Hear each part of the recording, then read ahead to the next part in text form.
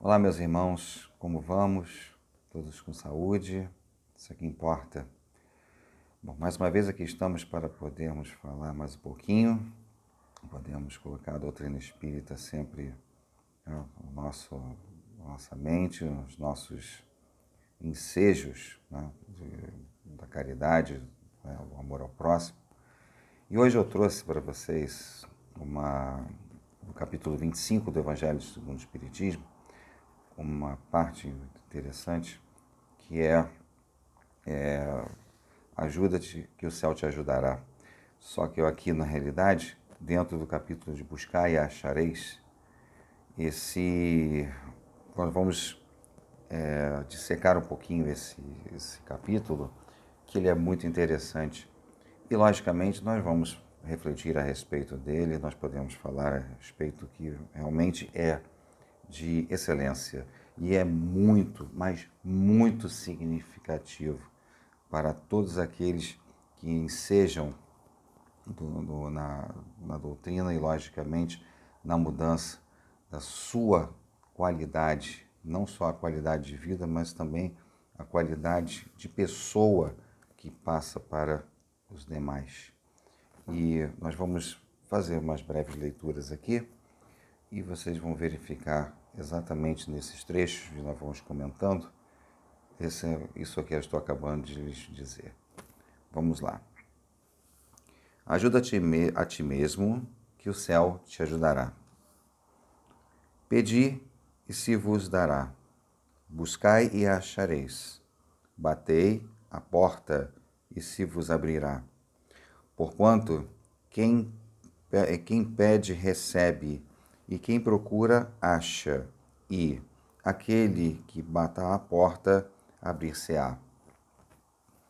Qual o homem dentre vós que dá uma pedra ao filho que lhe pede pão? Ou, se pedir um peixe, dar-lhe-á uma serpente?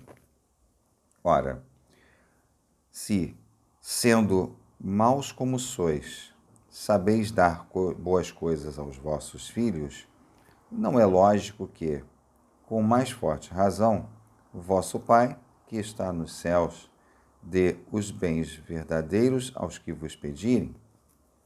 Mateus capítulo 7, versículos de 7 a 11.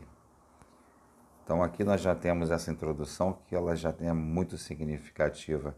Quando nós entendemos basicamente, porque não importa o quão mal ou na realidade perverso é o pai, por exemplo, de uma criatura, né, o pai de um filho, que na realidade esse pai vacina seus filhos, mas ele é um assassino.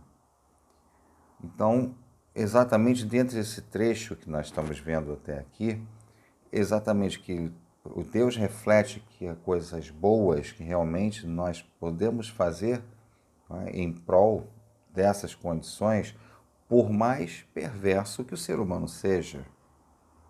Então, há de se refletir nesse ponto e já começar através desse trecho, que eu gostaria muita atenção de vocês, porque são parágrafos sutis e que realmente merecem essa mesma atenção ao qual eu solicito a todos.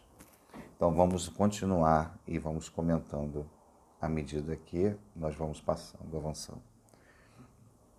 Do ponto de vista terreno, a máxima buscai e achareis é análoga a essa outra. Ajuda-te a ti mesmo, que o céu te ajudará. É o princípio da lei do trabalho e, por conseguinte, da lei do progresso.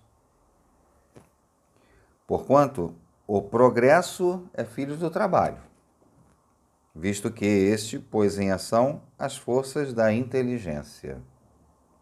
Então, obviamente, não há a existência do progresso sem a razão do trabalho. Mas aonde nós estamos chegando com isso? Como, na realidade, nós estamos colocando essa lei que chega até a lei, praticamente, do progresso, que é essa lei do trabalho. Que trabalho é esse? O mover-se, o locomover-se, o agir.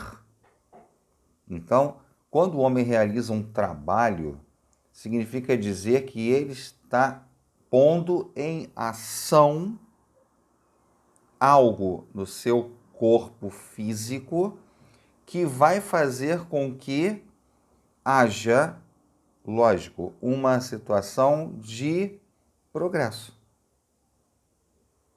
Então, a resultante do trabalho é o progresso. É muito simples, mas com essas características nós estamos vendo que, lógico, é uma grande engrenagem, mas é preciso ter realmente sutileza para entendermos para e passo todas essas nuances que existem nesse texto. Continuando. Na infância da humanidade, o homem só aplica a inteligência à cata de alimentos, do meio de se preservar das intempéries e de se defender dos seus inimigos. Deus, porém, lhe deu, a mais do que outorgou ao animal, o desejo incessante do melhor.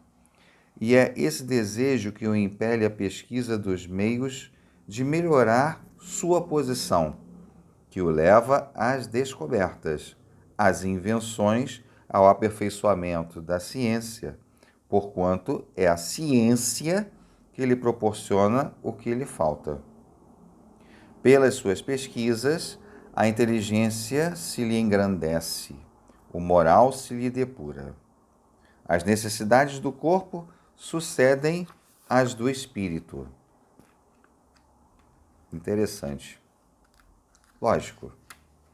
Primeiro, as necessidades que na realidade são do corpo, porque obviamente você precisa do alimento para sustentar a sua matéria e desta para poder fazer com que, logicamente, haja uma situação de vivência ou de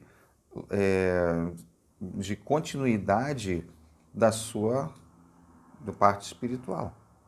Porque, obviamente, dentro da condição óbvia que você está contido no seu corpo físico, você como espírito, claro, você precisa nutrir a sua matéria.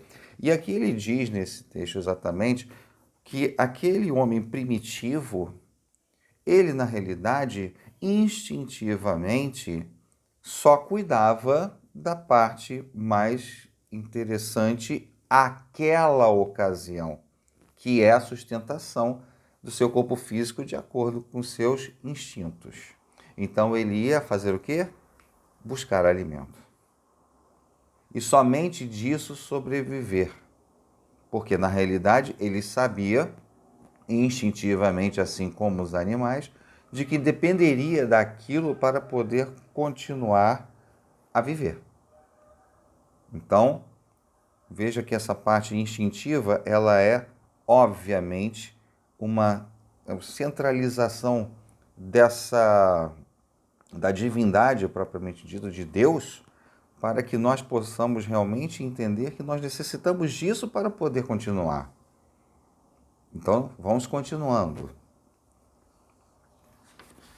Depois do alimento material, precisa ele do espiritual. É assim que o homem passa da selvageria à civilização, obviamente. Então aí já está essa transição. Ele até então, materialmente, na fome. Ele precisa se alimentar para continuar no seu sustento.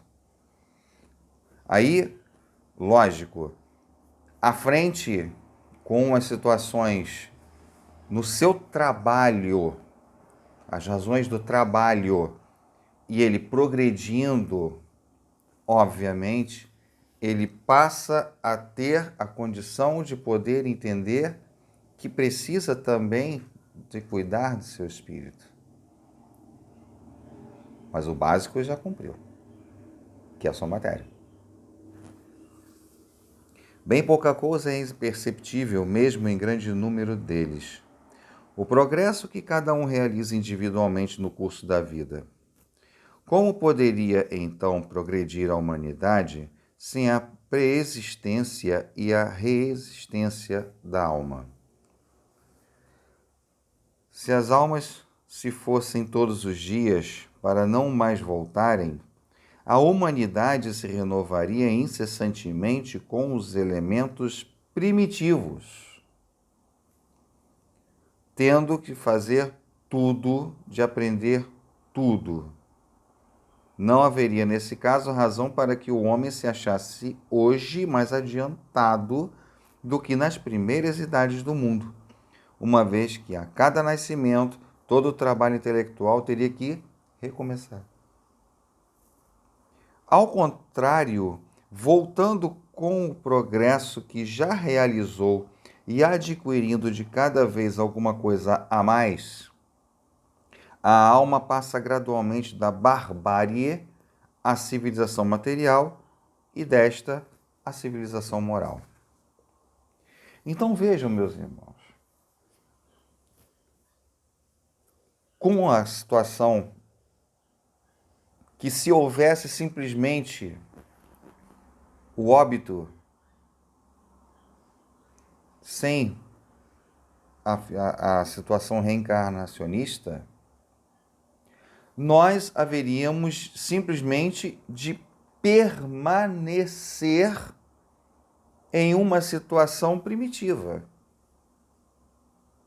Como nós poderíamos progredir se não carregássemos a bagagem necessária para poder dar prosseguimento? Nasceriam outros e outros e outros com as situações pretéritas do primitivismo, do meio Homo sapiens sapiens, no Neandertal, ainda lá no Australopithecus, Neandertal, nós não conseguiríamos sair desse elo, por conta de uma razão óbvia. Se não reencarnamos e não trazemos essa bagagem nesse subconsciente e dentro do nosso espírito, então, na realidade, nada serviria para poder ter o progresso.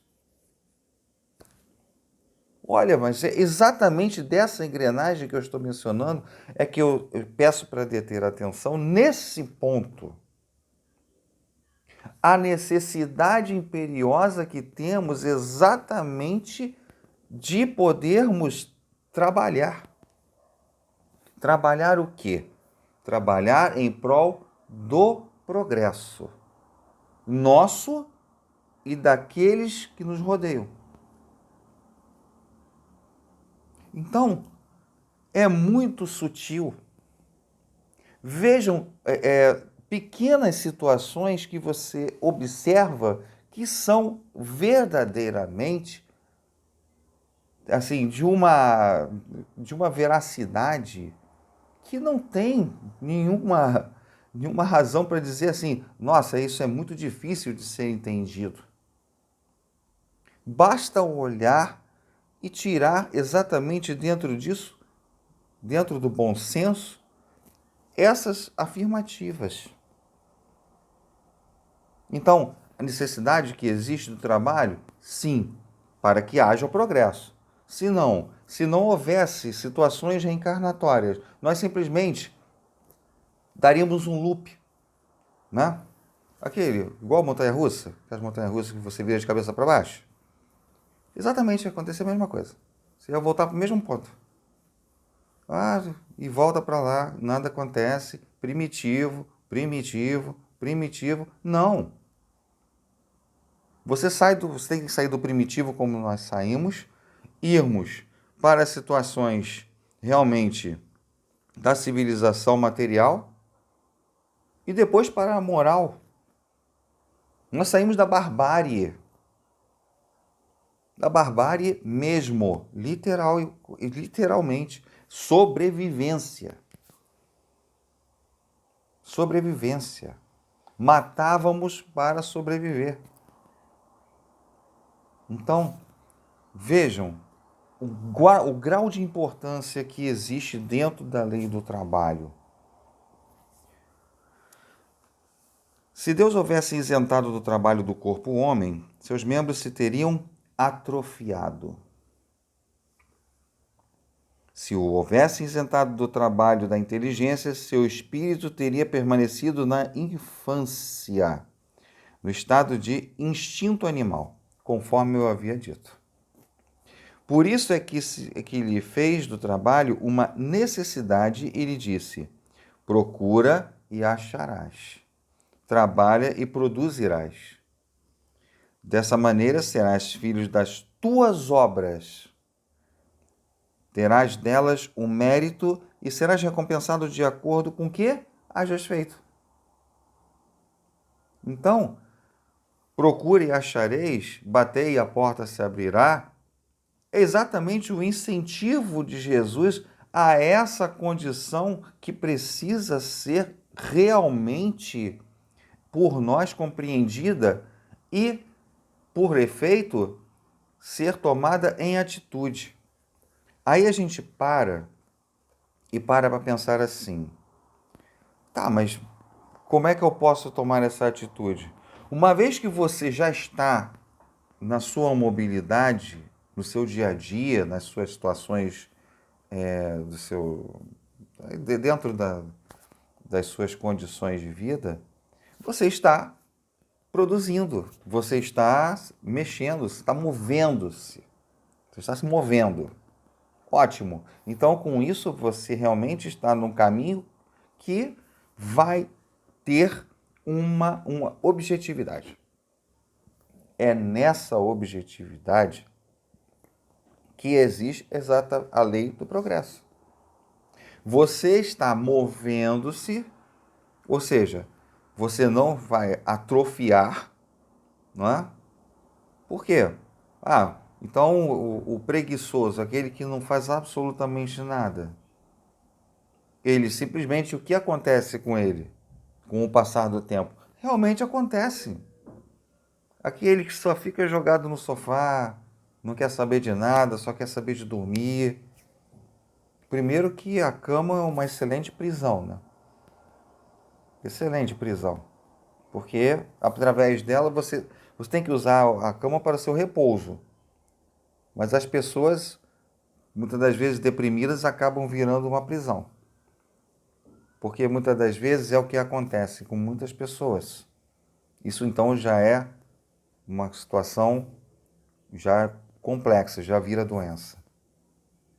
Então, como tudo em excesso é ruim, prejudicial, dormir em excesso, simplesmente não fazer nada, né? Você ser simplesmente preguiçoso em excesso, você simplesmente acaba por inibir situações que na realidade lhe permitiriam progredir, mas que você infelizmente não entendeu a motivação da situação. Aí a gente para raciocinar naquela situação assim: poxa, eu queria ajudar, mas eu não sei como. Queria ajudar, mas eu não sei o que eu vou fazer. Engraçado, eu não sei, eu vou arrumar um trabalho, arrumar uma situação para poder realmente ir em frente, mas eu não sei o que eu faço. Não sei onde eu começo, o que eu posso fazer, por onde que eu vou. Gente, ajuda-te significa lave o rosto, provoque o choque térmico. Exatamente como diz o Divaldo, quando você acorda, às vezes você não consegue orar porque você está lá ainda grogue de sono. Levante-se, pegue a água gelada, jogue no rosto, provoque o choque térmico para você despertar. Porque enquanto você não despertar, você não consegue fazer absolutamente nada, nem orar. Nem orar. Se você não consegue fazer uma oração antes de você dormir, está caído de sono, você simplesmente o que você vai fazer? Você simplesmente pega e faz uma oração curtinha. Obrigado, meu papai, por esse dia e tal, não sei o quê, e só, pum, vai dormir. Tá ótimo. No dia seguinte, com mais calma, de manhã cedo, faça isso e faça a sua oração. Deu algum problema? Não. E você está fazendo o quê? Está movendo-se. Movendo-se a favor do espírito. E você se mexendo, você vendo o que você pode fazer, você, peraí, vamos lá, vamos organizar aqui. O que eu posso fazer de melhor? Então, deixa eu agir por aqui, deixa eu fazer isso hoje, eu vou ficar... Aí você organiza o seu dia.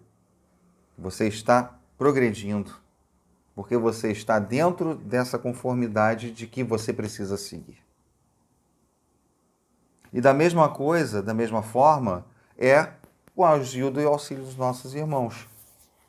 Você diz assim, sabe o que é? Sabe qual é o problema? Eu não tenho tempo para nada. Eu estudo, eu trabalho, eu isso, aquilo, outro, e eu não tenho tempo para mais nada. Aí, quando chega lá na frente, você, lá pelas tantas, se aposenta. Aí você se aposentou, agora eu tô velho demais para fazer as coisas. Ou seja, se você realmente não tiver um embasamento de querer fazer, uma situação de que realmente você tenha vamos dizer assim, a afirmativa interior de que você precisa fazer, que você precisa ir em frente, você não vai. Você não vai. Então, como é que você está se ajudando? Não. Pelo contrário. Então, se você consegue ir em frente acreditando naquilo que você vai fazer, você abre o canal para a espiritualidade para te ajudar. Porque senão, como é que você consegue abrir exatamente esse link, não é? Como é que você consegue abrir esse link com a espiritualidade se você não dá a iniciativa e tampouco acredita, tem fé nessa iniciativa? Você está se ajudando? Não, você está se sabotando. E eu já falei sobre autossabotagem nos vídeos anteriores aqui mesmo no canal. Vai lá em autossabotagem que você vai ver. Tá lá no canal, tá no vídeo do canal. Pode assistir se você não assistiu ainda, vale a pena. Então vejam, meus irmãos. São situações que dependem da nossa iniciativa. Agora, você cansa de falar com o indivíduo. Você cansa de alertar que é necessário que ele realmente entenda que é preciso se mexer. E não acontece. O que se pode fazer? Qual é a situação que nós podemos fazer com uma criatura dessas? Nada.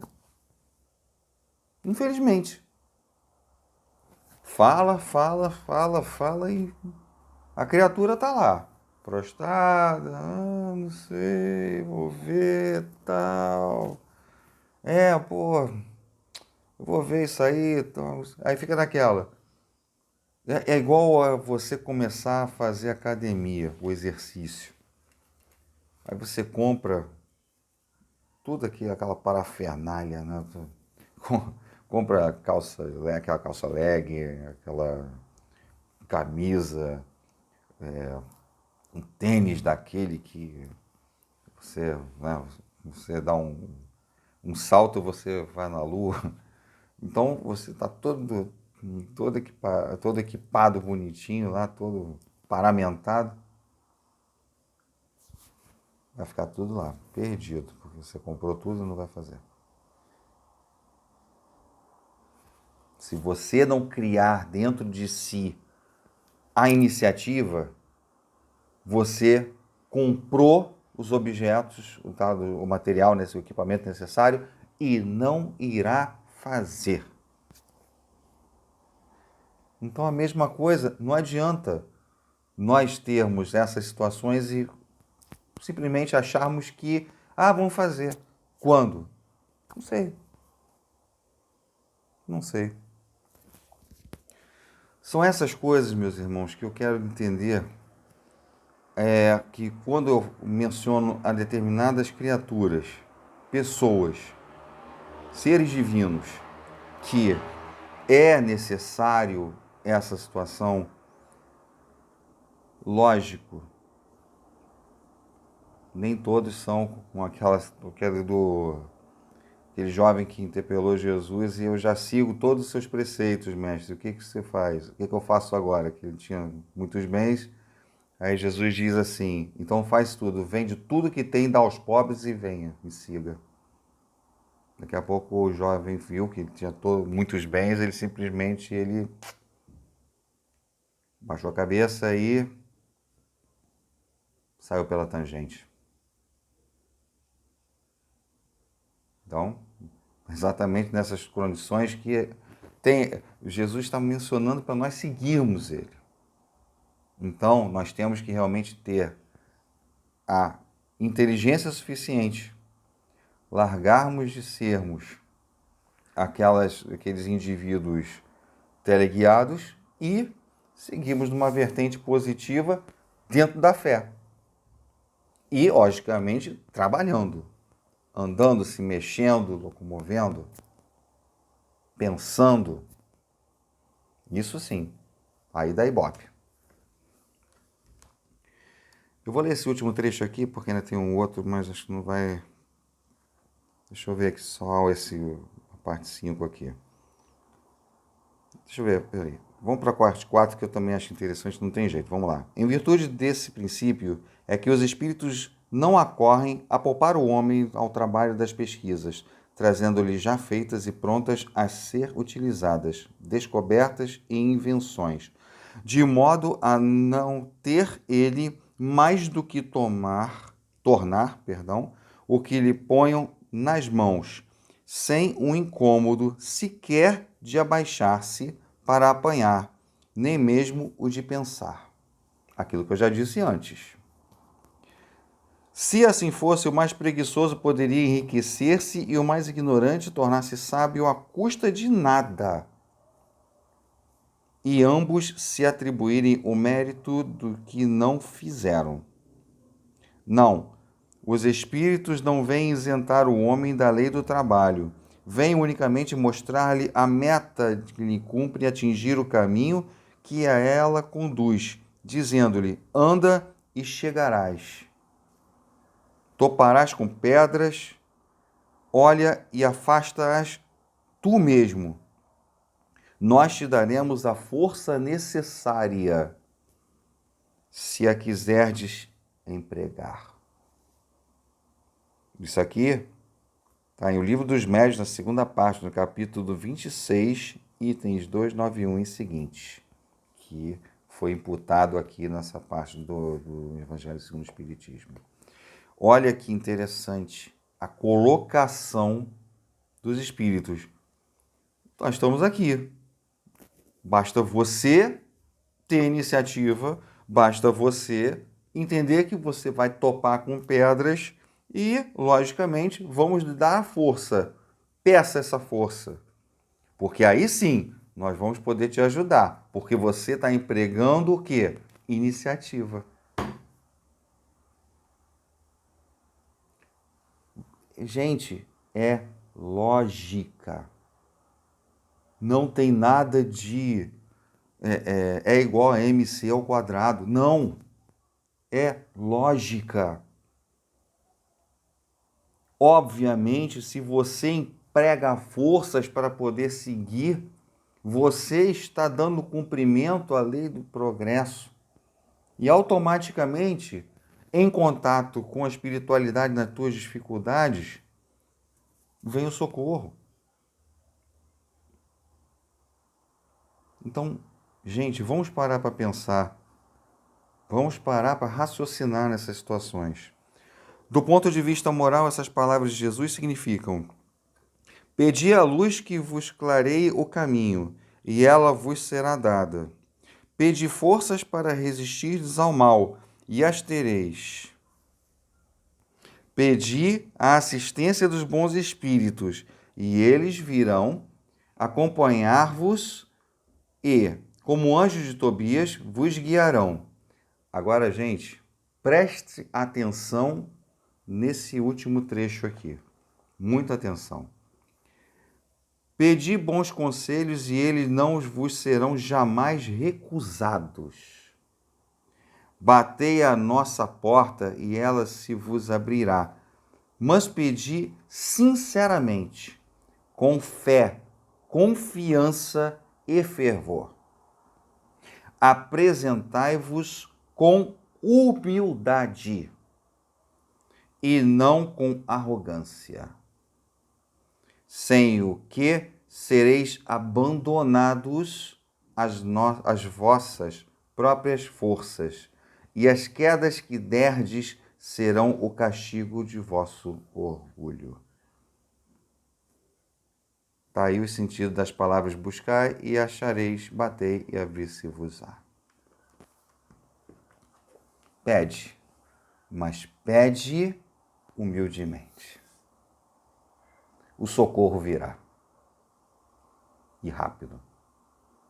Quanto maior for a sinceridade do teu pedido.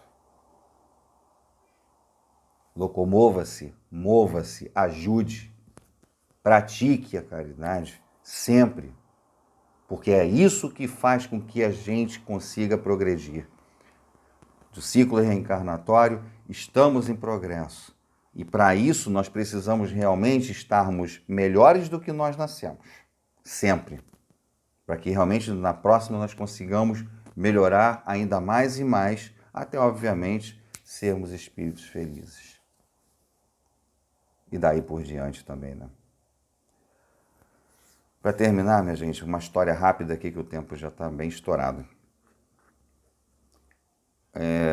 Uma certa ocasião, que agora eu não me lembro a data certa, um Visconde da VASP, mas era parecido com o Eletra, esse também que fazia ponte aérea Rio-São Paulo, os mais antigos lembram-se desse tipo de avião. Foi envolvido num acidente no Pico da Caledônia, aqui no Rio de Janeiro. Ele bateu contra o pico, num voo controlado, mas que, na realidade, por algumas situações dos altímetros, enfim. Agora eu vou ficar atribuindo termos técnicos para que vocês possam entender a moral da história. E, na ocasião, entre tripulação e passageiros, morreram 39 pessoas. Desencarnaram 39. Bom, o que aconteceu? Quando estavam fazendo toda aquela situação do rescaldo e, logicamente, de todos os pertences passageiros e tudo, um dos bombeiros virou-se para a imprensa, que um rapaz estava anotando o número de mortes, estava passando o número de mortes. Esse bombeiro virou-se para a pessoa, engraçado, 39, foram 39 mortes. Por que não arredondam logo isso para 40? Bom, esse mesmo bombeiro tropeça em alguma coisa, cai no buraco, quebra o pescoço e se torna a 40ª vítima do acidente aéreo do Visconde da VASP. Cuidado com suas palavras, cuidado com seus pensamentos, pois eles podem tanto atrair para o bem, como, lamentavelmente, para a escuridão. Muito cuidado, saibam falar, saibam pensar e, sobretudo, saibamos agir. Espero que tenha sido proveitoso para vocês e, mais uma vez, agradeço o apoio e o carinho de vocês todos para com o nosso canal. E eu peço depois para que deixem o nosso like, se vocês acharam positivo, e apoiem-nos lá no Banda Linda, a mim, ao Alex, ao Rodrigo, tá? Porque, como já disse várias vezes, para falar aqui no monitor é meio complicado. Mas, de qualquer maneira, são essas as palavras de hoje. Agradeço cada um de vocês a atenção e, mais uma vez, para todos muita saúde e muita paz. Sejam felizes.